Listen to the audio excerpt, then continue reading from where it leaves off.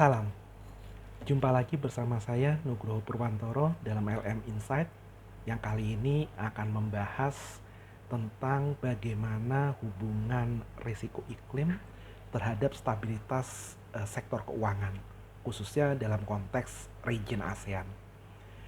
Yang kita ketahui bahwa risiko climate risk ini adalah risiko yang substansial bagi perekonomian ASEAN. Dan institusi keuangan yang ada di ASEAN ini terekspos dengan nilai yang sangat material. Hanya saja baru sedikit sekali institusi yang secara sistematis melakukan analisis dan pengukuran secara kuantitatif atas risiko ini. Demikian pula dengan otoritas pengawas keuangan yang masih baru dalam tahap awal dalam upaya memahami risiko perubahan iklim dan merancang cara-cara monitoring resiko ini secara lebih baik. Baik, kita akan masuk ke dalam pembahasan berikutnya. Pertama, resiko perubahan iklim baik dalam bentuk resiko fisik, yaitu lebih seringnya muncul peristiwa-peristiwa bencana yang diakibatkan oleh cuaca ekstrim misalkan, lalu resiko transisi yang diakibatkan oleh kebijakan-kebijakan transisi menuju low carbon ekonomi yang dilakukan oleh suatu wilayah katakanlah, itu semua bisa memberikan dampak meningkatnya resiko kredit atau resiko likuiditas bagi perbankan. Contohnya misalkan kalau untuk resiko fisik, banjir besar yang melanda Thailand 2011. Itu adalah suatu peristiwa cuaca ekstrim yang mengakibatkan banyak debitur industri itu mengalami kegagalan operasi, mengalami kerugian sangat besar, mengalami kerusakan aset yang menyebabkan profil kredit mereka menjadi turun dan kemampuan mereka untuk membayar kembali utang-utang mereka juga memburuk. Hal ini pada akhirnya membawa implikasi bahwa Bank Sentral Thailand, yaitu Bank of Thailand, harus memberikan berbagai fasilitas restrukturisasi untuk mencegah kegagalan dalam pembayaran kredit.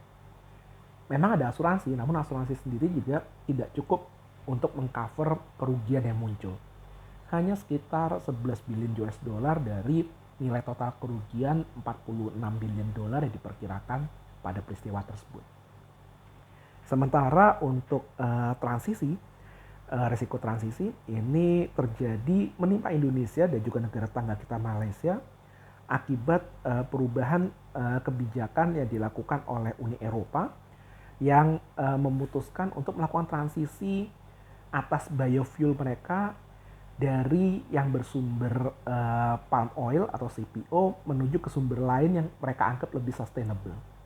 Dan hal ini membawa dampak bahwa banyak lahan-lahan produktif yang ada di Indonesia maupun Malaysia yang saat ini digunakan sebagai tempat untuk membuat perkebunan sawit ini menjadi tidak lagi menghasilkan revenue sebesar yang diharapkan semula. Dan ini sendiri akhirnya membawa dampak bahwa pemerintah Indonesia dan Malaysia sendiri harus muncul sebagai alternatif, buyer alternatif, jadi muncul sebagai pihak pembeli baru lewat kebijakan-kebijakan biofuel lokal untuk bisa menyerap oversupply yang dihasilkan oleh perkebunan-perkebunan yang ada. Dan diperkirakan kalau seandainya negara-negara seperti Republik Rakyat Cina, India, Jepang maupun Korea Selatan ini mengarah ke skenario untuk melakukan transisi menuju ke low carbon ekonomis, maka coal mines atau tambang-tambang batu bara di Indonesia itu diperkirakan akan kehilangan banyak pasar ekspor mereka. Dan ini semua dimuncul akibat kebijakan transisi yang diambil oleh suatu negara, membuat credit risk itu meningkat khususnya dari debitur-debitur yang bergerak di sektor seperti sektor sawit, CPO maupun sektor batu bara. Berikutnya, dari sisi investor, efek dari resiko perubahan iklim akan muncul dalam valuasi portofolio mereka.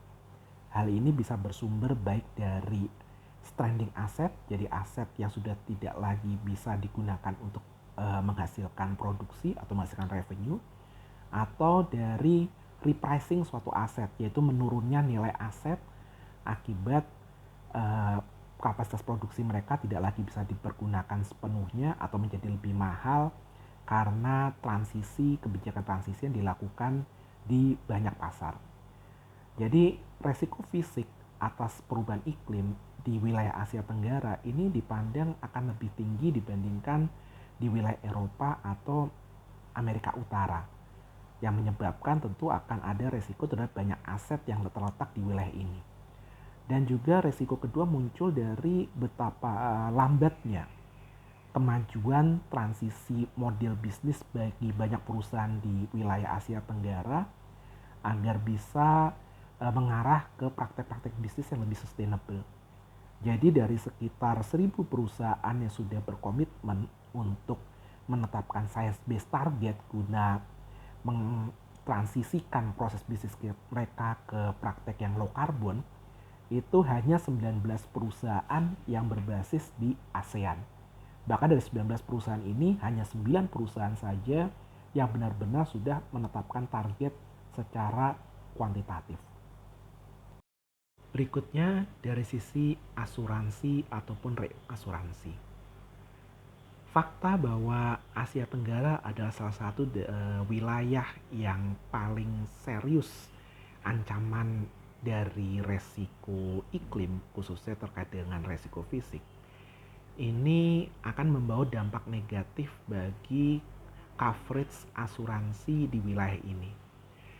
Contoh yang terdekat yaitu pada peristiwa banjir besar Thailand 2011 yang lalu misalkan, itu banyak reasuransi memutuskan untuk membatasi exposure mereka terhadap resiko banjir di wilayah ini, baik lewat pengecualian-pengecualian atas coverage mereka ataupun peningkatan harga yang sangat signifikan dari cover reasuransi, hingga bahkan tidak mau melayani pasar Thailand sama sekali.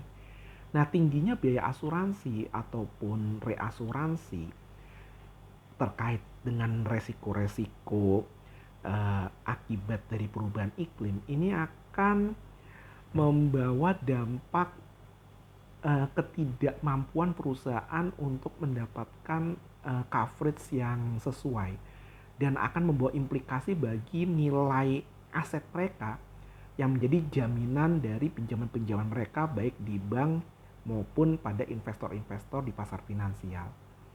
Dan inilah dampak yang perlu kita pertimbangkan terkait dengan resiko iklim.